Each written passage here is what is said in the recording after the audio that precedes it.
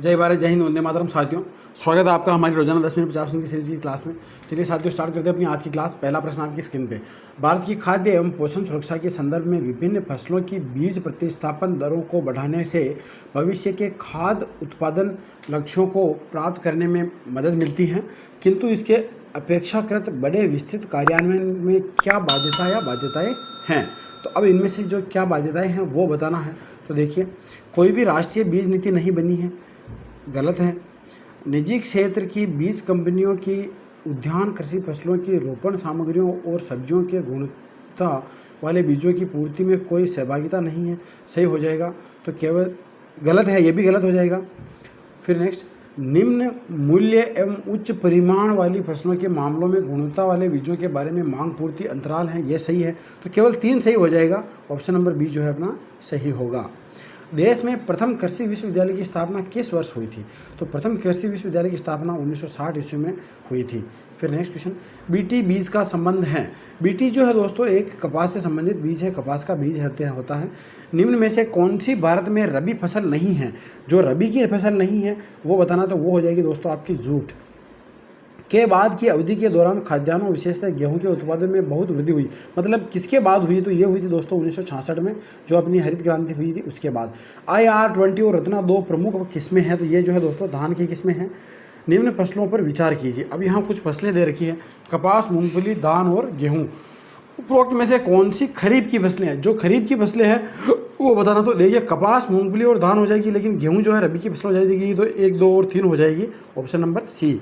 फिर next question, यदि खाद्यान्नों का सुरक्षित संग्रह सुनिश्चित करना हो तो कटाई के समय उनका आर्द्रता अंश कितने प्रतिशत से अधिक नहीं होना चाहिए? तो ये होता है दोस्तों 14%।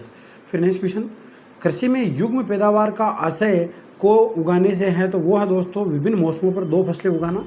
फिर नेक्स्ट क्वेश्चन, मिश्रित कृषि में सम्मिलित हैं। तो इसके अंदर के जो है दोस्तों कई तरह की फसलें उगाना और पशुपालन करना जो है इसमें सम्मिलित होता है। समानांतर फसल का एक उदाहरण है, तो इसका उदाहरण है गेहूं और सरसों। फिर नेक्स्ट क्वेश्चन, निम्न राज्यों में को छोड़कर सभी में कृषि भूमि का प्रतिशत काफ़ी अधिक है। मतलब किस राज्य में नहीं है, ये बताना है अपने को केवल। तो वो हो जाएगा इनमें से केवल सिक्किम। फिर नेक्स्ट क्वेश्चन, निम्न कथनों पर विचार कीजिए। अब यहाँ कुछ कथन दिए गए हैं, जो सही है वो बताना है। तो देखिए, चिकमंगलूर सकरा के लिए प्रसिद्ध है, गलत है। मांड्या कृषि उत्पादन क्षेत्र के रूप में जाना जाता है, ये भी गलत है। तो दोनों गलत हो जाएंगे, न तो 1 और नहीं 2 जो है सही है। फिर यहाँ 2 सूचियाँ दे रखी हैं और इन सूचियों को जो है मिलाना है। मूंगफली आंध्र प्रदेश ठीक है, सरसों राजस्थान ठीक है, सोयाबीन MP सही है और नारियल जो है केरल से सही है। फिर नेक्स्ट क्वेश्चन, नीचे दिए गए कूट की सहायता से हरित क्रांति के घटक चुनिए। मतलब हरित क्रांति में कौन से घटक थे वो बताने हैं। उच्च उत्पादन देने वाले किस्म के बीज सही है, सिंचाई सही है, ग्रामीण विद्युतीकरण ये भी था, ग्रामीण सड़कें और विपणन ये भी था। तो 1, 2, 3, 4 सभी सही हो जाएंगे। Option number D. भारत के एक क्षेत्र की विशेषताएं हैं। अब कुछ विशेषताएं दे रखी हैं, ये मतलब अपने को देखनी है। तो देखिए, उष्ण तथा आर्द्र जलवायु, 200 सेंटीमीटर वार्षिक वर्षा, 1100 मीटर तक की ऊंचाई के पहाड़ी ढाल और 15 डिग्री से 30 डिग्री तक वार्षिक ताप परिसर। निम्न उपजों में से कौन सी एक उपज आप उपरोक्त वर्णित क्षेत्र में अत्यधिक संभावित, मतलब कौन सी उपज जो है ये ऊपर जो विशेषताएं दी गई उनमें अधिक होगी? तो देखिए, सरसों, कपास, काली मिर्च और वर्जीनिया तंबाकू। तो यहाँ हो जाएगी आपकी काली मिर्च। फिर नेक्स्ट क्वेश्चन, निम्नलिखित हरी खाद वाली फसलों में से किसमें नाइट्रोजन की मात्रा सर्वाधिक होती है? तो वो हो जाएगी आपकी बाड़ा या लोबिया, जिसे हम कहते हैं, ढेंचा भी इसे हम कहते हैं। दक्षिणी भारत में उच्च कृषि उत्पादकता का क्षेत्र पाया जाता है, तो तमिलनाडु तट के ऊपर पाया जाता है। निम्नलिखित राज्यों में से कौन सा भारत में ठेकेदारी कृषि को लागू करने में अग्रणी है? तो वो है दोस्तों आपका पंजाब राज्य। फिर नेक्स्ट क्वेश्चन, हरित क्रांति में प्रयुक्त मुख्य पादप कौन सा था? तो वो था दोस्तों मैक्सिकन गेहूँ। फिर नेक्स्ट क्वेश्चन, भारत में द्वितीय हरित क्रांति के संबंध में क्या सही है? जो सही है वो बताना है। तो इसका लक्ष्य हरित क्रांति से पूर्व में ही लाभान्वित हो चुके क्षेत्रों में गेहूं व चावल के उत्पादन में वृद्धि करना है, गलत हो जाएगा। इसका लक्ष्य हरित क्रांति से अब तक लाभान्वित न हो सकने वाले क्षेत्रों में बीज, पानी, उर्वरक तकनीक का विस्तार करना, ये तो सही है।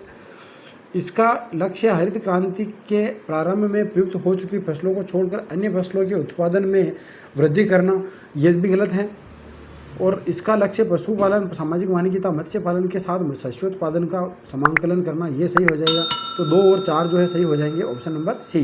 फिर नेक्स्ट क्वेश्चन, यहाँ कथन और कारण दे रखे अपने को बताना कि क्या सही या गलत है। भारत में हरित क्रांति के फलस्वरूप खाद्यान्नों के उत्पादन में वृद्धि हुई, बिल्कुल सही है। भारत में हरित क्रांति के परिणामस्वरूप क्षेत्रीय असमानताओं में वृद्धि हुई, ये भी सही है। तो दोनों जो है सही हो जाएंगे, लेकिन ये इसकी व्याख्या जो है नहीं कर रहा है। फिर नेक्स्ट क्वेश्चन, भारत के विविध किस्मों के फलों एवं सब्जियों के मुख्य उत्पादक होने का क्या कारण है? तो इसका कारण है कि कृषि की जलवायु परिस्थितियाँ अलग अलग है, तो ऑप्शन नंबर सी जो है सही हो जाएगा। मृदा को नाइट्रोजन से संबद्ध बनाने के लिए निम्नलिखित फसलों में से किस फसल के बोने की तरजीह दी जाती है? तो वो हो जाएगी आपकी इनमें से चना और उड़द मूंग, ये होती है दाल वाली फसलें। फिर यहाँ एक कथन दे रखा और एक कारण दे रखा है, अपने को बताना है कि क्या सही है। भारत में जनसंख्या घनत्व में व्यापक विभिन्नताएं हैं, बिल्कुल सही है। कृषि उत्पादकता और बस्तियों के इतिहास जैसे कारकों ने भारत के जनसंख्या घनत्व के पैटर्न को अत्यधिक प्रभावित किया, सही है। और ये इसकी व्याख्या भी कर रहा है, तो अपना इसमें सही हो जाएगा ऑप्शन नंबर ए। फिर नेक्स्ट क्वेश्चन, भारत में संकार्य जोतों का सबसे बड़ा औसत आकार है, तो वो राजस्थान के अंतर्गत है। फिर नेक्स्ट क्वेश्चन, भारत की निम्नलिखित फसलों पर विचार कीजिए। देखिए, लोबिया, मूंग और अरहर कौन से दलहन चारा और हरी खाद के रूप में प्रयोग किया जाता है? तो ये सभी किए जाते हैं, तो ऑप्शन नंबर डी जो है सही हो जाएगा। इनमें से कौन सी खरीफ की फसल नहीं है? जो रबी की फसल है या दूसरी फसल है वो बतानी, तो वो हो जाएगी, जैसा कि दोस्तों आप देख पा रहे हो, सरसों, ये जो है रबी की फसल है। फिर नेक्स्ट क्वेश्चन, भारत में फसलों की अधिक पैदावार वाली निम्नलिखित किस्मों पर विचार कीजिए। अर्जुन, जया, पद्मा और सोनालिका, इनमें से कौन सी गेहूं की है? तो गेहूं की फसलें कौन कौन सी हैं वो बताना है। तो देखिए, जया और पद्मा जो है ये दोनों हो जाएगी, बाकी जो है गेहूं की नहीं है, अर्जुन और सोनालिका, तो 2 और 3 सही हो जाएगी अपने ऑप्शन नंबर बी।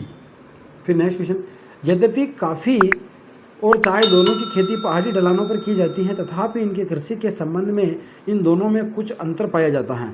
इस संदर्भ में निम्नलिखित कथनों पर विचार कीजिए। अब यहाँ कुछ कथन दिए गए हैं, फिर अपने को बताना है कि क्या सही या गलत है।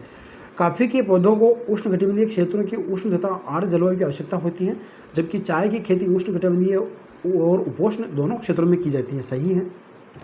काफ़ी बीजों के द्वारा प्रवर्तित की जाती है, लेकिन चाय केवल डाली कलम के द्वारा प्रवर्तित की जाती है, तो दोनों सही हो जाएंगे, ऑप्शन नंबर सी जो है सही हो जाएगा। फिर नेक्स्ट क्वेश्चन, निम्न में से कौन सी एक चलवासी कृषि नहीं है? तो चलवासी कृषि की बात करें दोस्तों, तो चेना, जोमिंग, मिल्पा तो है, लेकिन फेजेंडा, ये कॉफ़ी के बागान होते हैं ब्राज़ील में, मैक्सिको में। भारत में कृषि को दुष्प्रभावित करने वाला मौसम का सबसे महत्वपूर्ण तथ्य है, वो है दोस्तों वर्षा। फिर नेक्स्ट क्वेश्चन, निम्नलिखित में से गेहूं की कौन सी प्रजाति प्रेरित उत्परिवर्तन द्वारा विकसित की गई? तो वो है दोस्तों सोनारा 64। फिर नेक्स्ट क्वेश्चन, गेहूं में बोनेपन का जीन है, तो वो है दोस्तों नोरिन 10। फिर नेक्स्ट क्वेश्चन, मैक्रोनी गेहूं सबसे उपयुक्त किन परिस्थितियों में है? तो मैक्रोनी गेहूं जो है दोस्तों सबसे उपयुक्त होता है असिंचित जो परिस्थितियाँ होती हैं उनमें। फिर नेक्स्ट क्वेश्चन, अब यहाँ कथन और कारण दे रखे हैं, अपने को देख के बताना कि क्या सही है या गलत है।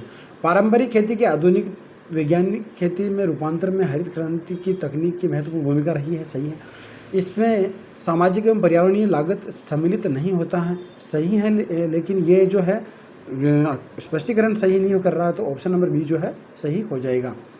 निम्नलिखित में से कौन सा भारतीय कृषि की निम्न उत्पादकता का कारण नहीं है? तो वो है दोस्तों सहकारी कृषि।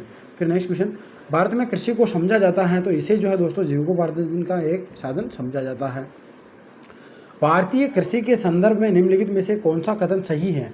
देखिए, भारत में दालों की खेती के अंतर्गत आने वाला लगभग 90% क्षेत्र वर्षा द्वारा पोषित होता है, बिल्कुल सही है। तो बाकी जो है गलत हो जाएंगे, ऑप्शन नंबर ए ही अपना सही होगा। गेहूं की अच्छी खेती के लिए निम्नलिखित में से कौन सी परिस्थितियाँ समुच्चय आवश्यक है? तो देखिए, मध्य ताप और मध्यम वर्षा, यही जो है अपना सही हो जाएगा। नकदी फसल में सम्मिलित नहीं है, जो नहीं है, तो देखिए गेहूं जो है खाद्यान्न फसल है, नकदी फसल नहीं है। निम्नलिखित में से किस समूह की फसलें नकदी हैं? तो देखिए, कपास, गन्ना और केला जो है नकदी फसलें हैं। निम्नलिखित में से कौन सी 4 पौधा है? वो है दोस्तों अपना मक्का। फिर नेक्स्ट क्वेश्चन, शक्तिमान फर्स्ट और शक्तिमान सेकंड आनुवांशिक परिवर्तित फसलें हैं, तो ये जो है दोस्तों मक्का की फसलें हैं। और फिर केसर का वाणिज्यिक स्तर पर उत्पादन निम्न में से किस राज्य में होता है? तो ये आपके जम्मू कश्मीर के अंतर्गत होता है। फिर नेक्स्ट क्वेश्चन, यहाँ 2 सूचियाँ दे रखी है और इनको जो है अपने को मिलाना है इनकी भौगोलिक परिस्थितियों के अनुसार। तो देखिए, जो ये ठंडी जलवायु तथा अपेक्षाकृत कम उपजाऊ क्षेत्र के अंतर्गत जो भी ये जो फसल हो जाती है। चावल की बात करें दोस्तों, तो ये तत्व और नम जलवायु के अंतर्गत होता है। फिर आ जाएगा आपके मिलेट या ज्वार या बाजरा, तो ये जो है उपजाऊ मृदा के अंतर्गत होता है। और चाय जो है गर्म और नम जलवायु तथा उच्च धूमता वाली जलवायु में होता है। निम्नलिखित में से किस एक की खेती पौध का प्रतिरोपण करके की जाती है, तो वो आपका प्याज हो जाएगा। फिर नेक्स्ट क्वेश्चन, भागीरथी घाटी में राजमा और आलू की खेती प्रारंभ करने का श्रेय किसको दिया जाता है, तो वो जाता है दोस्तों विल्सन को। तो ये थी दोस्तों अपनी रोजाना 10 मिनट 50 मिनट की सीरीज़ की आज की क्लास। आशा करता हूँ आपको क्लास पसंद आई होगी। अगर क्लास अच्छी लगी हो तो लाइक शेयर और सब्सक्राइब जरूर करें। धन्यवाद।